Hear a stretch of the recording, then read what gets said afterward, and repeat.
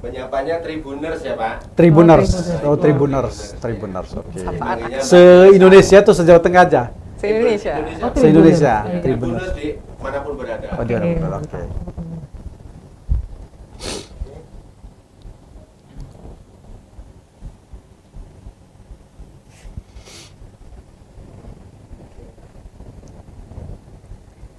Hai Tribuners, berjumpa lagi di Tribun Topik, di mana kita akan membahas topik menarik untuk dikulik. Kali ini bersama saya, Elsa Elning Tias.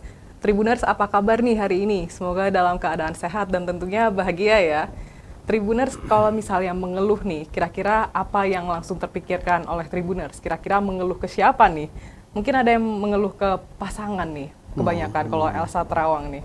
Tapi kalau mengeluh tentang kinerja pemerintah, kemana nih? Langsung kepikiran sama Ombudsman nggak, Tribuners? Nah, Tribuners, spesial banget karena di Tribun Topik kali ini kita akan mewawancarai anggota dari Ombudsman Republik Indonesia loh. Baik, Elsa perkenalkan terlebih dahulu, pada Tribun Topik kali ini telah hadir dua narasumber yang sangat luar biasa, yaitu Ibu Siti Farida dan juga Bapak Robert Naendi Jaweng. Selamat siang, Selamat Bapak dan siang, Ibu. Mbak Elsa. Siang, Mbak Elsa. Wih, masih semangat siang ini? Semangat, harus tetap semangat Keren banget, semangat. untuk Indonesia. Wah, luar biasa. Langsung gercep gitu loh Tribuners, langsung untuk Indonesia.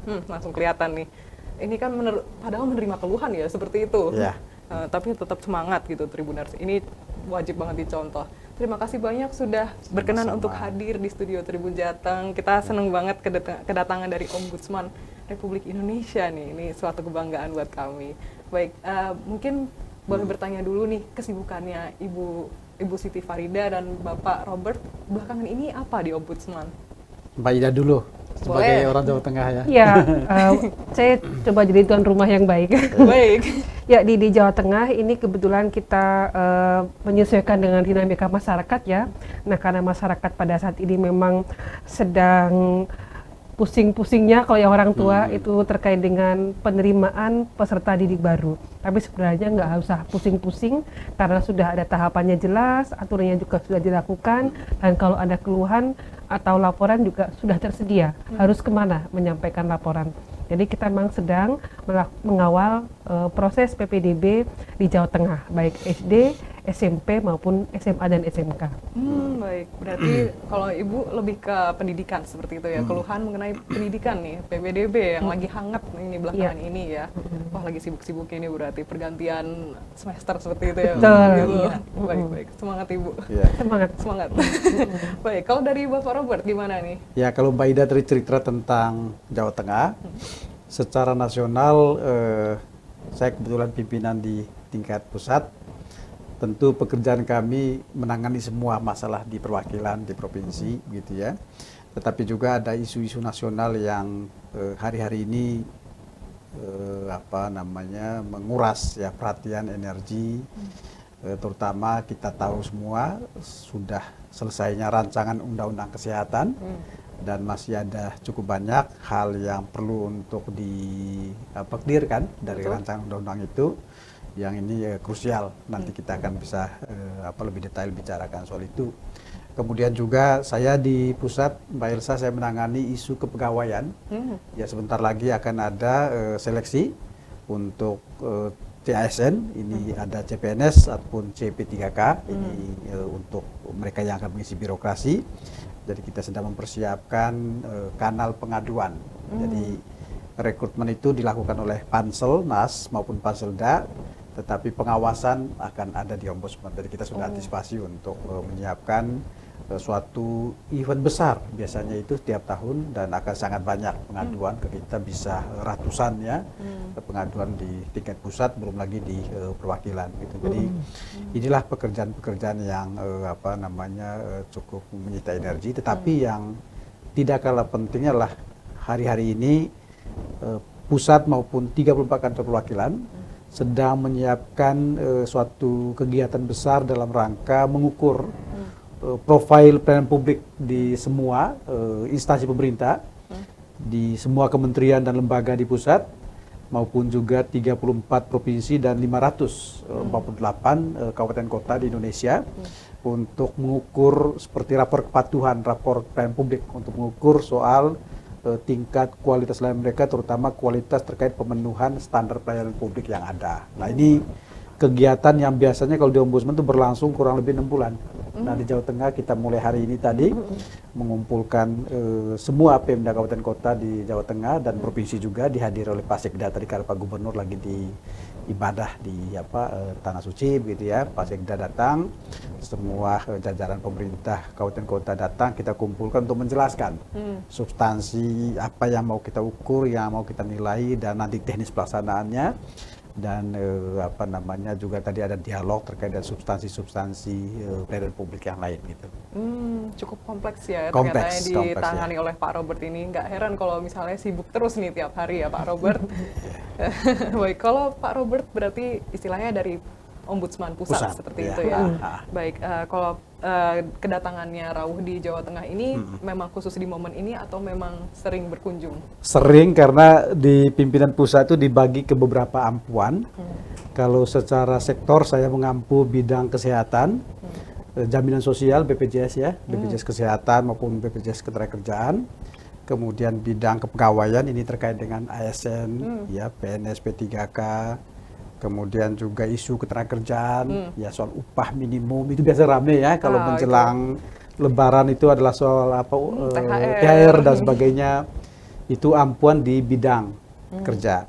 Nah, saya juga mengampu wilayah. Wilayah ini saya kebetulan di 5 perwakilan atau 5 provinsi, antara lain adalah Jawa Tengah. Jadi kalau ke Jawa Tengah itu tidak hanya karena ada kegiatan tadi pagi, tapi memang ini bagian dari kerja rutin juga. Yang saya nggak tahu, tahun ini saya sudah 3 atau 4 kali ya ke Jawa Tengah ya. Mungkin terlalu keseringan juga kali Mbak Ida ya. Apakah Bu Farida bosan dengan karena memang di sini banyak agenda juga Pak Elsa. Iya, banyak. Dan jumlah kabupaten kan banyak. Kalau ke daerah seperti minggu lalu saya ke Jambi, itu jumlah kabupatennya kan cuma 11. Jadi sekali setahun pun rasanya cukup. Kalau Jawa Tengah ini kan 35 ya. Mbak Ida ya, 35. Nggak mungkin cuma sekali setahun ya, bisa 3 kali mungkin ya. Terus minggu depan ke NTT juga wilayah ampuan saya. Selain untuk membuka acara kepatuhan seperti di Jawa Tengah tadi, juga memang ada kunjungan kerja ke kabupaten kota di sana gitu. Mobile terus nih Tribuners Pak Robert ya. Jangan-jangan mungkin Tribuners suatu hari bakal ketemu Pak Robert. Iya.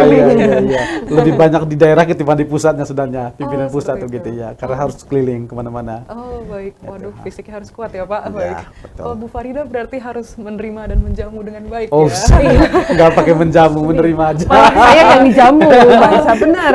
Pak Robert jangan traktir kami. Oh baik, kembali ya malah ya. Kita ini hanya soal pembagian kerja aja, bukan hierarkis ya. Ini guyup banget ya kedengarannya, seru banget. Karena Pak Robert duitnya lebih banyak. Wah, di-spill ini Tribuners. Amin Pak. Amin. Kegiatan di Jawa Tengah juga masih ramai acara belakangan ini, atau ada kegiatan apa aja ini, boleh diceritakan mungkin? Betul, termasuk kenapa Pak Robert sering ke Jawa Tengah, karena memang ada capaian-capaian di Jawa Tengah yang perlu diapresiasi. Jadi kami ingat ya di awal tahun Pak Robert memang memberikan support kepada kami untuk terkait dengan apresiasi pelayanan publik untuk kepatuhan ini. Jadi Jawa Tengah itu kan kebetulan memang ada capaian yang cukup istimewa. Istimewanya adalah karena apa? Karena kabupaten, untuk kategori kabupaten dan kota di seluruh Indonesia itu peringkat 1 semuanya ada di Jawa Tengah, sehingga kan harus dikunjungi oleh Pak Robert, sehingga mungkin jadi agak cukup sering. Dan yang berikutnya karena tadi ya ada banyak substansi yang di Jawa Tengah yang kita 35 kabupaten kota, dan izin Pak Robert kalau bicara soal tengah itu kan pasti ya juga pusatnya masalah dan juga pusatnya yang lain. Jadi itulah kita di tengah ya, filosofi di tengah kan seperti itu. Sentral masalah ya. Iya, sentral masalah. Dan mau nggak mau harus sering dikunjungi Pak. Itu dia. Jadi yang diperhatiin gitu ya istilahnya, menjadi perhatian fokus. Tapi bukan berarti mengaktirikan atau diskriminasikan yang lain ya. Tetap dikunjungi semua. Nggak pilih kasih kok. Pilih kasih. Wah, menarik banget ya. Berarti jalan-jalan terus ya Pak? Mungkin istilahnya bukan jalan-jalan ya. Nanti publik menangkap seolah-olah ini beda nih. tempat trips atau ini ya, jadi lebih ke kunjungan kerja. Kunjungan kerja, ya. Datang untuk bekerja, pulang juga setelah kerja selesai. Seperti Iya. itu ya. Kunjungan kerjanya ini apakah ada cerita atau pengalaman unik mungkin boleh diceritakan ke Tribuners? Ya tentu setiap daerah punya perbedaan ya, perbedaan dalam soal sehari-harinya masyarakat, tapi juga perbedaan dalam ketika Ombudsman berinteraksi dan Pemda ya. Biasanya makin ke timur itu tidak untuk membuat timur jadi kelihatan buruk gitu ya, tetapi memang tantangannya makin banyak. Tidak gampang untuk kita meyakinkan Pemda di wilayah saya di timur sana ya, Mbak Elsa, saya dari timur ya. Jadi saya benar-benar meresapi suasana kebatinan dari masyarakat dan pemerintah di sana, membuat mereka yakin bahwa pelayanan publik itu adalah bagian dari tugas bahkan mandat. Mereka duduk di sana, mereka sebagai pelayan publik, sebagai public servant ya. Namanya public servant itu yang melayani rakyat, itu bukan sesuatu yang gampang. Saya lebih mudah untuk misalnya meyakinkan Pemda di Jawa, di Indonesia Barat, bahwa Bapak Ibu duduk di sana itu bukan semata sebagai pejabat, bukan semata sebagai penguasa, tapi sebagai pelayan rakyat.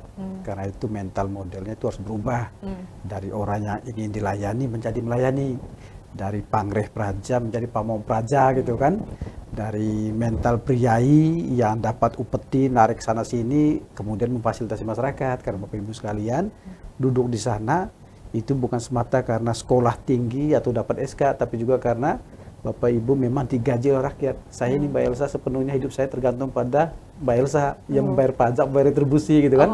Jadi tugas saya melayani Mbak Elsa gitu kan. Tentu dalam tupoksi saya sebagai pengawas. Pengawasan itu bagian dari pelayanan publik juga.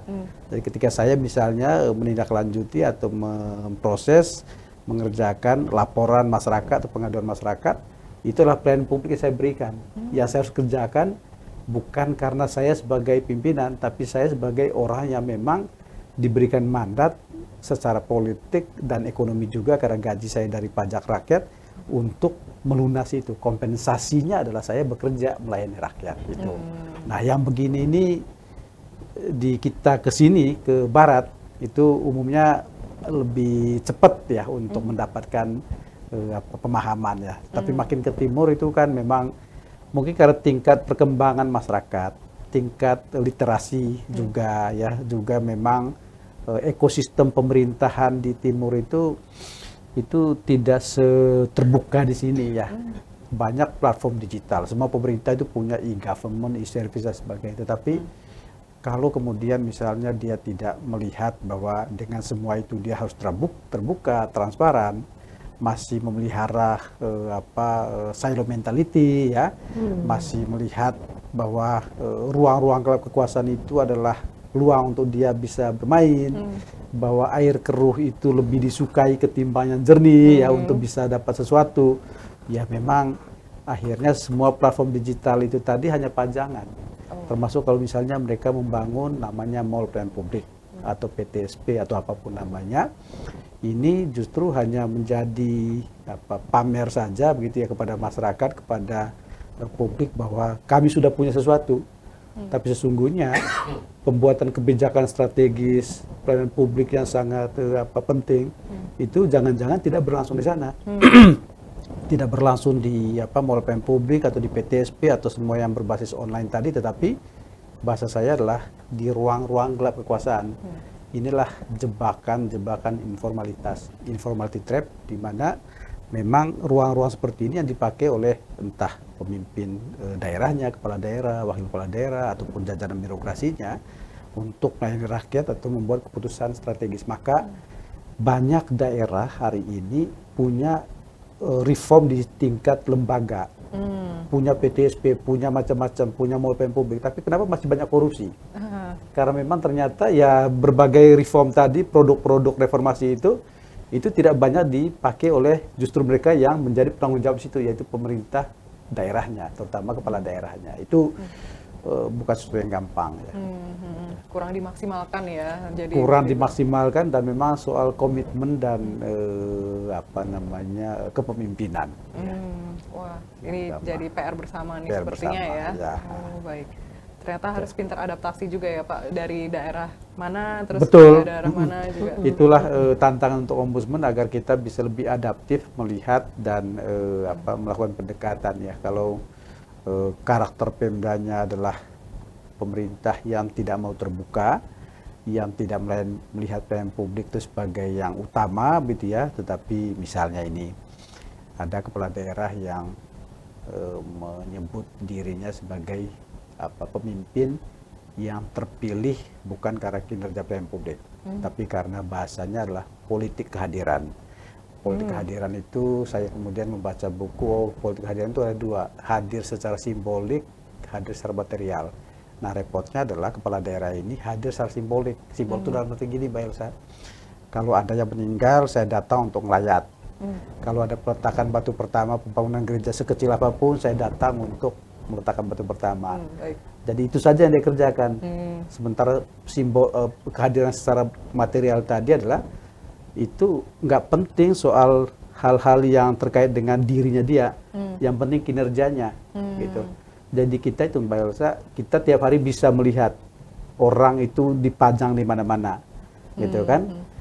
Orang itu tampil di mana-mana, tapi kita nggak merasakan kinerjanya seperti apa. Oh, baik. Di negara maju kebalikan, orang tuh nggak kenal sekdanya, nggak mau tahu siapa sekda, siapa wali kotanya, tapi dia merasakan kinerjanya, jalan raya yang bagus, kesehatan yang bagus. Kita kebalikan, kita kenal banget sekdanya, kenal bener bupatinya, tapi nggak merasakan kinerjanya. Jadi ini kebalikan yang terjadi di kita, gitu ya. Ternyata ada contoh realistisnya ya, contoh nyatanya seperti itu, yang betul. situasi sekarang seperti itu ternyata yang dihadapi ombudsman juga seperti itu. Kalau di Jawa Tengah sendiri mungkin pendapat Ibu seperti apa? Ya, Apakah tadi mengalami yang disampaikan Pak Robert? ya kita sampaikan ya bahwa untuk di Jawa Tengah kalau kita bicara soal realita ya, kita pasti nggak sempurna, tapi ada yang khusus ya barangkali yang sering jadi pantauan kita adalah begini. Tingkat responsivitas dari pemerintah daerah, baik karena juga dicontohkan oleh kepala daerahnya juga ya, sampai dengan kemudian katakanlah nanti mungkin level top leader di kepala dinas sampai dengan tengah, itu relatif lebih baik. Tapi yang masih menjadi problem, sekaligus juga di PR Pak Robert, adalah di front paling depan, frontliner misalnya. Dan ini bisa kita pahami ya, karena memang pesan tentang pelayanan publik, hanya tentang perubahan, tadi reform itu kadang kan masih simbol-simbol saja Pak, tapi kemudian tidak sampai menyentuh kepada frontliner, dalam artian mereka juga mendapatkan mungkin sedikit rewardnya juga sedikit, kemudian juga kadang-kadang kesempatan untuk mengembangkan kompetensi juga minimal, sehingga di sisi inilah kita punya PR. Sementara mereka ini adalah ujung dari delivery penyampaian layanan oleh mereka. Setidaknya untuk layanan langsung ya, kalau sifatnya policy mungkin ada di top leader, tapi kalau yang sifatnya layanan langsung, sederhana sekali misalnya kasus di PPDB ini, lagi-lagi soal PPDB, kan sangat jelas, sudah sangat baik, juknisnya sangat afirmatif, tapi ketika kemudian pelayanan di paling ujung itu tidak memahami pesan-pesan ini, maka ada beberapa yang tidak tangani dengan baik, atau kadang-kadang misalnya kemarin kasus kita baru saja tangani bersama dengan Dinas Pendidikan adalah ada anak inklusi Pak yang mau masuk ke anak difabel, mau masuk ke jalur inklusi kan harus ada syarat-syarat tertentu. Nah, ketika mengurus syarat ini kan mereka sangat sensitif. Kenapa? Karena kondisinya berbeda. Jadi ketika dia diperlakukan dengan tidak baik, mikirnya, oh apa karena saya bukan anak normal pada umumnya ya? Nah, Pak itu dia mungkin hanya kebetulan saja. Tapi ini yang sering kita tekankan bahwa kalau untuk di Jawa Tengah adalah frontliner, dan yang kedua kemampuan atau empati untuk memberikan layanan kepada kelompok rentan. Jadi kami sering sampaikan, kalau kita bisa melayani yang rentan, yang marginal dengan sangat baik, maka kepada layanan yang sifatnya umum pasti juga akan baik dengan sendirinya. Nanti datanglah sudah seperti itu tuntutannya. Kalau kita nggak terus berimprovisasi dan juga menunjukkan komitmen empatinya, kita akan menjadi dalam hal ini ya, bahasanya anak muda dibully oleh anak muda, dan nanti kita malu bareng-bareng. Baik, seperti itu ternyata ya gambarannya lebih jelasnya. Ya, kan di Jawa Tengah memang dinamikanya relatif dinamis itu. Betul, ya Jawa Tengah soalnya populasi juga terbilang cukup padat seperti itu, besar seperti itu ya. Tadi Pak Robert juga sempat menyinggung gitu. Kalau untuk di Jawa Tengah sendiri ini kan tadi sempat dibahas mengenai PPDB-nya. Terus ada juga nggak mengenai keluhan lain selain PPDB? Contohnya yang di bidang pendidikan mungkin kayaknya lagi rame yang orang tua pada protes mengenai wisuda untuk anak PAUD hingga SMA. Ini gimana ini tanggapannya? Iya. Kebetulan kami ada tim yang namanya kajian tim pencegahan ya bahasa kami mungkin keasistenan, itu rekan-rekan kami sangat aktif ya memetakan isu-isu yang krusial. Nah, kami kemarin sudah melakukan beberapa diskusi dan juga rilis terkait dengan wisuda, dan alhamdulillah ya kemarin puji Tuhan juga kan ada edaran ya dari Pak Menteri untuk melarang, dan kita kemudian seminggu yang lalu sudah menyampaikan itu.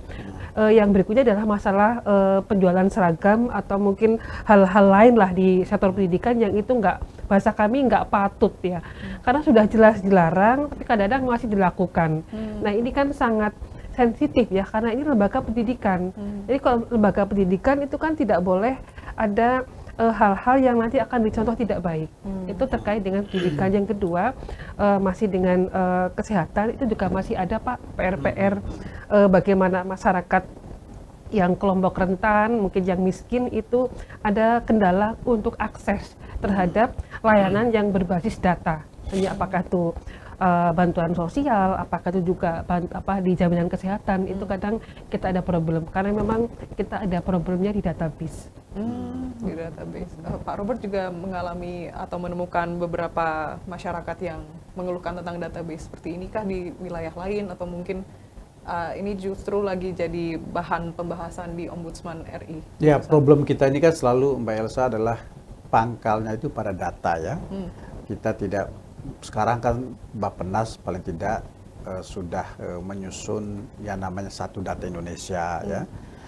Kemudian kalau di bidang sosial ekonomi, BPS sedang mengerjakan registrasi sosial ekonomi ya. Tapi ini kan semua dalam proses gitu. Memang tantangan di kita adalah yang tadi saya sampaikan, silo mentality itu karena orang tidak pernah melihat bahwa sebenarnya yang diurus itu kan satu, rakyat begitu.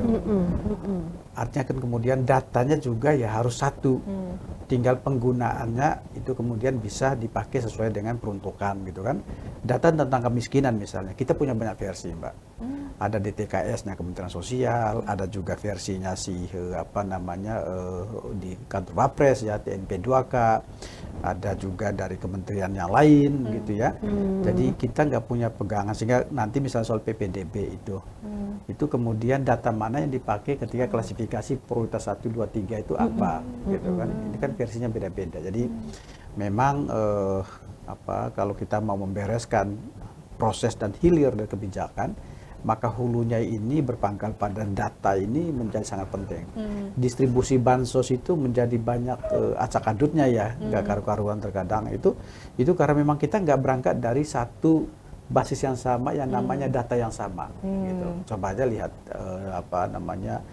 belasan bansos itu semua berjalan sendiri-sendiri. Ya memang kita harus serius benar untuk membenah data itu Satu Data Indonesia begitu, atau kalau provinsi Satu Data Jawa Tengah misalnya, atau Jateng Satu Data atau apapun namanya, dan ini menjadi basis untuk kemudian mengembangkan berbagai program-program intervensi ataupun menyusun kebijakan gitu. Nah, di daerah kita itu masih sulit.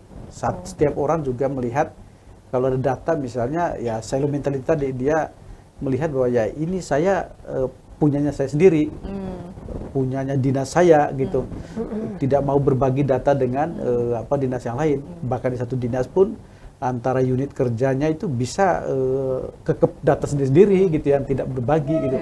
Nah, padahal kalau kita bicara tentang misalnya platform digital itu kan mengandaikan dua hal, Mbak. Satu, keterbukaan, dua, keterhubungan. Nah, keterbukaan itu artinya kita mau terbuka kepada masyarakat. Data kita harus bisa diakses masyarakat. Apakah APBD kita itu bisa diakses masyarakat? Belum tentu. Hanya data-data yang ikhtisar besarnya aja, detailnya kan enggak gitu. Mau transparan tapi masih banyak yang kita kecualikan, tidak dibuka kan gitu. Kemudian kedua, keterhubungan. Terhubung artinya kita terhubung satu sama lain, paling tidak di birokrasi antar unit kerja atau antar dinas. Terhubung datanya, bahkan terintegrasi proses bisnisnya. Nah, di kita ada platform digital, ada transformasi pemerintahan berbasis digital, tapi keterbukaan dan keterhubungan itu masih jadi tantangan.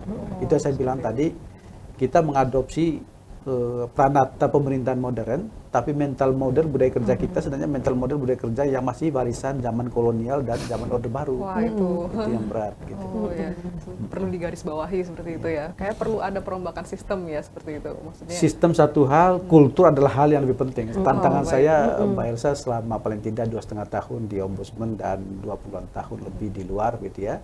Saya selalu mengatakan bahwa membangun sistem itu gampang. Apalagi sekedar membangun platform digital.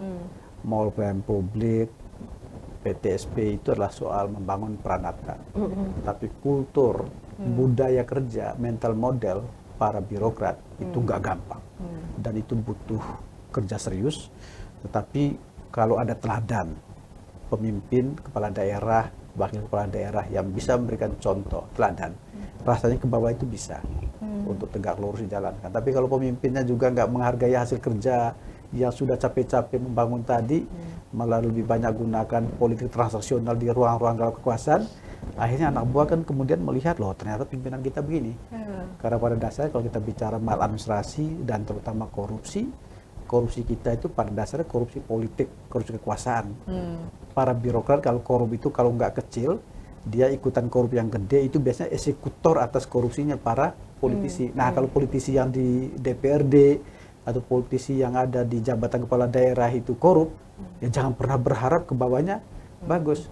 Kalau dia nggak bisa bersih diri, jangan pernah meminta untuk bersih lingkungan. Kalau dia tidak bersih diri, dia tidak bisa diandalkan untuk bersih lingkungan. Lingkungan itu apa? Lingkungan birokrasi dan lingkungan politik. Maka memang peran seorang kepala daerah untuk bersih diri itu menjadi sangat sentral sebelum dia bersih-bersih lingkungan. Nah itu tantangan situ, bagaimana kita bisa mendapatkan seorang kepala daerah yang punya integritas dan punya kapasitas. Itu tantangan kita. Hari ini Mbak Elsa, saya harus katakan bahwa kemajuan Indonesia, khususnya daerah itu, lebih banyak karena faktor kebetulan. Kebetulan kita bisa mendapatkan Pak Hendi yang bagus di Semarang. Kebetulan kita pernah punya Pak Jokowi yang bagus di Solo. Kebetulan kita pernah punya Pak Anas di Banyuwangi. Ini kebetulan-kebetulan karena memang kita menemukan mereka bukan lahir dari proses sistem kita yang membentuk mereka jadi pemimpin yang hebat. Mereka ini adalah orang-orang yang besar di luar. Bukan dari proses kaderisasi politik atau bukan dari proses lahir di era desentralisasi. Nah, kebetulan saja kita mendapat orang seperti ini. Sehingga kalau mereka pergi, mereka sudah selesai masa jabatannya, tantangannya adalah keberlanjutan. Belum tentu kita akan bisa mendapatkan inovasi yang sama dengan kepala daerah yang berbeda. Nah, ini memang tantangan bagaimana penguatan dari sisi produksi kepemimpinan kita melalui namanya mesin partai politik itu menjadi kunci, karena tidak ada daerah yang maju kalau kepala daerahnya nggak inovatif. Tidak ada daerah yang punya terobosan kalau kepala daerahnya nggak bagus. Nah, menemukan pemimpin seperti ini jangan sampai karena faktor kebetulan, tapi karena by design, by system memang kita bisa mencetak dan menyiapkan para calon-calon pemimpin yang nanti akan sangat mempengaruhi baik pemerintahan maupun kehidupan masyarakat. Gitu. Menarik. Ini ada insight baru ya ternyata. Ternyata dari kepala daerahnya itu juga krusial dan sangat juga krusial. Perubahan kultur pun juga harus Iya. digarisbawahi seperti itu ya. Bukan sistem tapi kulturnya seperti itu. Bukan hanya sistem ya, tapi juga kultur ya. Sistem dalam artian pranata ya. Harus beriringan seperti itu ya. Betul. Ini menarik juga. Tribuners agak berat ya, cuman memang ini Pelan-pelan. fakta lapangannya Iya. seperti itu. Iya. Seperti itu. Tetap optimis. Tetap optimis. Kita Optimis, harus ya. tetap percaya dan nggak apa-apa ya kalau masyarakat juga tetap menyuarakan keluhannya ke Oh iya, ombudsman. itu gitu. hak dia. Oke. Hak masyarakat untuk, kan begini Mbak, pelayanan publik itu adalah soal hubungan antara negara dan masyarakat, hubungan antara hak dan kewajiban, hubungan antara mandat dan akuntabilitas. Jadi masyarakat itu punya hak untuk berpartisipasi dalam pembuatan kebijakan, tentu lebih berhak lagi untuk menikmati hasil dari pembangunan pelayanan publik, dan bahkan juga berhak untuk mengawasi. Kenapa? Karena memang seorang kepala daerah itu hanya akan bisa duduk di kekuasaan itu karena mandat rakyat, mandat politik lewat pilkada. Kemudian juga kita-kita ini termasuk di Ombudsman dan juga tentu saja pemerintah daerah dan pemerintah pusat gitu, hidupnya itu dari gaji yang dibayar oleh rakyat. Itulah mandat ekonomi kalau bahasa saya. Nah, orang yang sudah melunasi mandat politiknya dan sudah membayar mandat ekonominya, tentu dia berhak untuk nagih. Saya udah bayar kalian secara politik, saya udah bayar kalian secara ekonomi, saya punya hak untuk dilayani, dan saya punya hak untuk mengawasi. Maka kita selalu sampaikan bahwa masyarakat itu punya hak yang sangat besar untuk mengawasi pemerintahan. Ini bukan kegiatan tambahan atau kegiatan karitatif, itu hak masyarakat. Tapi sekarang tantangannya adalah apakah satu, masyarakat itu paham tentang pelayanan publik. Dua, sadar akan hak-hak mereka tadi. Ketiga, berani melapor. Nah, sebenarnya tugas ombudsman itu bukan sekedar bahwa ketika laporan masuk ke pintu ombudsman kita prosesin. Kalau itu kan enak itu. Tapi bagaimana mendorong masyarakat untuk paham tentang haknya, sadar, dan kemudian berani melapor, itu pekerjaan yang saya sebut sebagai kerja gerakan sosial. Karena kerja seperti ini tidak banyak yang sentuh, Mbak.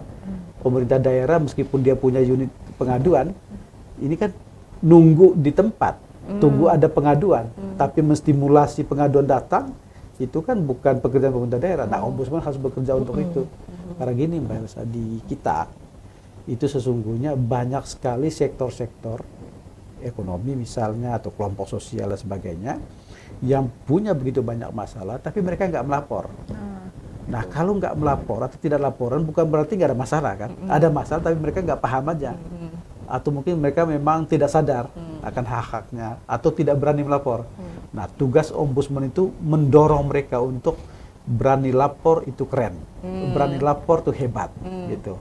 Bukan untuk ombudsman punya banyak kerjaan, ya tentu itu implikasi yang lain, tapi memang kita harus mendorong masyarakat. Di negara-negara maju, Mbak Elsa, kita kan selalu berpikir negara maju itu nggak ada masalah. Oh, enggak. Semakin maju suatu negara, makin banyak laporannya, karena masyarakatnya makin berani. Australia itu kalau kita, total Indonesia ya, 2022 kemarin, total laporan masyarakat kita yang ditangani secara nasional ombudsman itu 8.200. Total interaksi kita 22.000. Ini banyak ya? Enggak banyak, sangat sedikit, enggak banyak ini.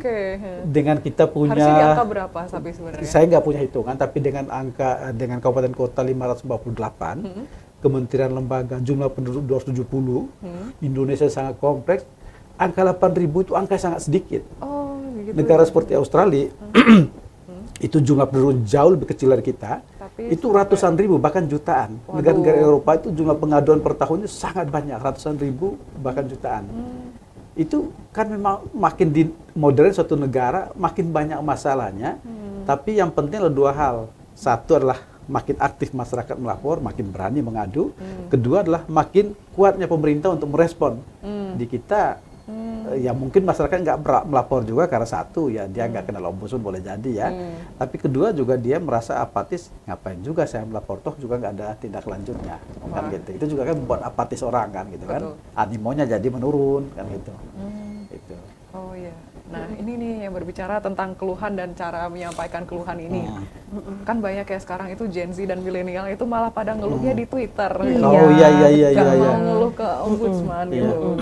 Sebenarnya kalau mau melapor atau menyampaikan keluhan seperti itu, caranya seperti apa? Atau mungkin ada step by step-nya dari ombudsman itu seperti apa? Iya. Jadi kami juga mencoba banyak berinteraksi Pak di Twitter, kadang di Instagram. Awalnya kan baru colek-colek tuh, kadang baru like, terus lama-lama karena dari tim kami juga kami katakan tim kreatif ya, itu mulai mencari konten-konten. Sekarang udah mulai Pak, misalnya akhirnya mereka DM. Nah DM itu kan bahasa anak muda ya kita proaktif menanyakan, kita balas. Silahkan Bapak atau kalian di komentar kalau menghendaki katakanlah diskusi yang lebih dalam, kita bisa ke DM, habis DM mereka kasih WA, lama-lama masuklah. Nah sekarang sedikit demi sedikit Mbak Elsa, ada laporan-laporan kita yang memang berawal dari cuitan di Twitter. Nah dari itu kami sampaikan, Bapak Ibu, kita tidak dalam artian tidak alergi ya kalau mau diviralkan, tapi juga kita memberikan pilihan kalau viral itu mungkin selesai pada saat itu, tapi kan tidak berkelanjutan. Nah kalau kemudian kita lapornya ke ombudsman, termasuk katakanlah boleh melalui medsosnya, maka akan ada perbaikan yang sifatnya terukur dan juga berkelanjutan. Dan nanti jelas siapa yang katakanlah yang keliru, siapa, apakah perlu diperbaiki, itu yang kami lakukan. Nah, kita memang berjejaring namanya konco ombudsman. Konco Ini ombudsman. sedikit demi sedikit terus kita kan ada beberapa memang segmen ya, tapi untuk anak muda kita memang termasuk kenapa hari ini kami ke Tribuners, hemat kami adalah satu jejaring generasi milenial yang menjadi suplemen bagi kami supaya kami yang sudah kolonial tua-tua gini semangatnya tetap baru anak muda, karena memperbaiki layanan itu kan adalah memperbaiki kualitas hidup kita sendiri. Betul, luar biasa. Nah itu kan kadang bingung harus lapor kemana, mengeluhnya seperti apa, terus harus disampaikan ke siapa seperti itu ya, mengeluh kepada pemerintah dan juga kinerjanya, membahas kinerjanya seperti itu ya. Ternyata ada step by step-nya dan ternyata semudah mengakses lewat Twitter pun juga sekarang sudah bisa seperti itu ya. Nanti di DM sama miminnya lah Ya, di DM istilahnya nanti seperti itu. melengkapi syarat tertentu tapi tidak sulit. Baik. Kita punya kan. Iya. Gitu ya. Menarik juga ini. Dan memang dibuka, Mbak Elsa.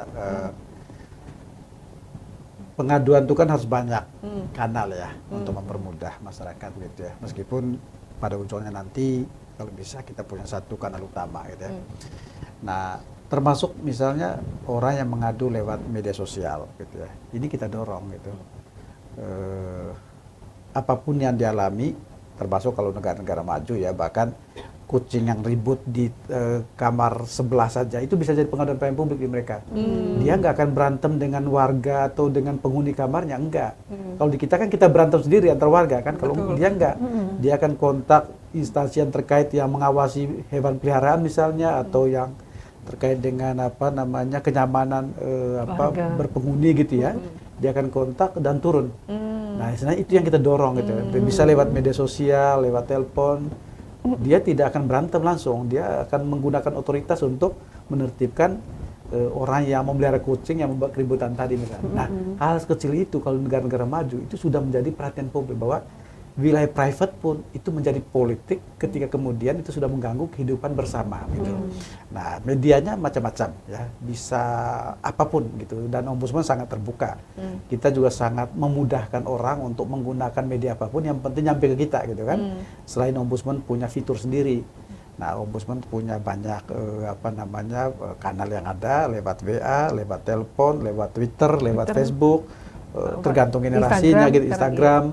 Kemudian juga ada saluran resminya ya, ada yang lebih banyak datang langsung. Sekarang ini masih banyak yang datang langsung, bahkan lebih banyak gitu.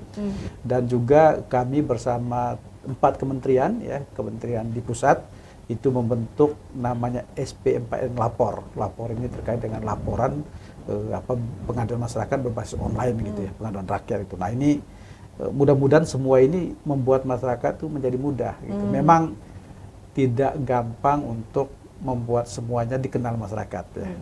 Hari ini saya harus akui bahwa masyarakat kita itu lebih banyak menggunakan media sosial. Saya bisa paham karena para pejabat kita itu biasanya bergerak kalau sudah diviralkan gitu, sudah jadi atensi publik ya.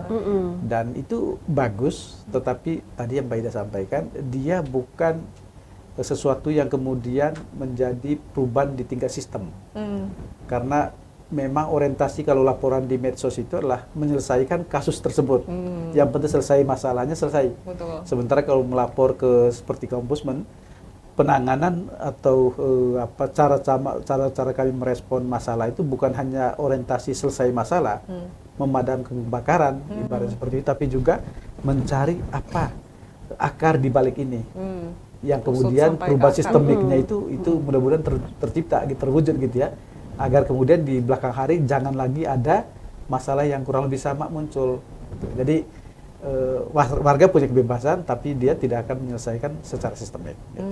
Baik, seperti itu. Gitu. Ya kalau viral 1 momen 2 momen aja, terus habis itu nggak ada tindak lanjutnya ya, seperti itu. Baik. Jadi kita dapat sedikit gambaran tentang ombudsman, atau banyak nih malah, karena banyak banget ternyata fakta seperti itu. Oh, ternyata ombudsman seperti ini, dan gimana cara kalau ingin mengeluh tentang kinerja pemerintah tadi juga udah disampaikan seperti apa. Ini banyak banget pengetahuan baru tentang Ombudsman seperti itu ya. Terima kasih sekali udah berkenan untuk hadir di studio Tribun Jateng hari ini. Tapi mohon maaf nih, mungkin karena waktunya sudah habis dan juga mungkin kapan-kapan boleh nih Ombudsman main lagi ke Tribun Jateng gitu. Kita berbicara lagi tentang kalau di Jawa Tengah itu keluhannya lebih banyak seperti apa, dan mungkin kalau secara nasional keluhannya itu banyaknya apa, dan yang jadi fokus dari Ombudsman itu apa. Mungkin kita bisa sambung di episode berikutnya mungkin ya, Tribun Topik lainnya seperti itu. Atau boleh saya tambah sedikit profil Boleh, laporannya. boleh. Jadi kalau secara nasional itu laporan papan atasnya kita itu terkait dengan soal pertanahan agraria. Kemudian kedua, laporan di kepolisian ini banyak. Waduh. Ya. Karena memang produk layanan juga banyak dia ya. Kemudian ketiga itu soal kepegawaian, biasanya soal seleksi ASN, promosi, demosi.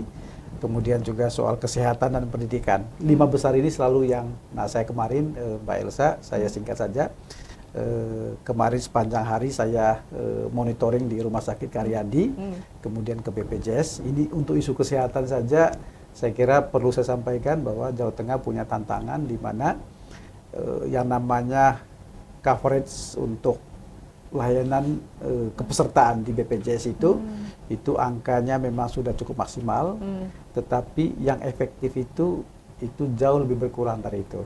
Hanya 70% sesungguhnya warga Jawa Tengah yang terlindungi oleh BPJS Kesehatan. Selebihnya yang 30% walau alam. Bisa kemudian dia ngurus sendiri, bisa dengan asuransi komersial, bisa kemudian ada tindakan sementara pemerintah yang mungkin lewat SKTM misalnya dan sebagainya. Jadi ini tantangan Jawa Tengah di bidang kesehatan, di mana hanya 72% sesungguhnya warga Jawa Tengah yang terlindungi oleh BPJS Kesehatan. Sisa selebihnya itu adalah sesuatu yang menjadi PR besar. Itu untuk bidang kesehatan. Kemudian tadi juga kita sudah bersama-sama dengan Pemda dan Pak Ida, saya kira hari-hari ini sedang menangani isu PPDB untuk pendidikan. Nah, dari 5 besar tadi, 2 yang keempat dan kelima ini kita tangani secara khusus terkait kesehatan dan pendidikan. Fokus utama kesehatan dan pendidikan ya. Pak Robert juga berkecimpungnya banyak di bidang itu, seperti itu ya. Sama kepegawaian ya. Oke, sama kepegawaian juga 3 tuh. Itu aja udah kompleks sekali seperti itu ya. Dan di Jawa Tengah ternyata, ya ampun Tribuners, ternyata 30% BPJS kesehatannya kemana ini? Itu harus diupayakan sendiri ya. Kita harus mengupas ini kemana kira-kira. 30% ya, angkanya cukup tinggi ya. Cukup tinggi. Baik, itu jadi PR bersama Tribuners ini. Jangan sampai nggak bisa tidur ya Tribuners mikirin ke BPJS kesehatannya. Baik, terima kasih banyak Ibu Farida dan juga Bapak Robert telah hadir di studio Tribun Jateng. Kita mendoakan semoga Ombudsman sukses selalu dan juga semua programnya juga lancar. Dan kita sebagai masyarakat cuma bisa mengeluh. Mengeluh itu baik. Mengeluh itu mengadu itu lebih baik lagi. Lebih baik lagi. Seperti itu ya. Berarti Tribuners harus mengadu nih habis ini ya. Langsung datang ke Ombudsman seperti itu. Baik, terima kasih banyak. Terima kasih Mbak Elsa. Sehat terus untuk Bapak dan Ibu. Terima kasih. Baik Tribuners, sekian untuk Tribun Topik kali ini. Jangan lupa untuk saksikan Tribun Topik berikutnya hanya di channel YouTube Tribun Jateng. Saya Elsa Elning Tias pamit undur diri. Sampai jumpa. Makasih Mbak Elsa. Ternyata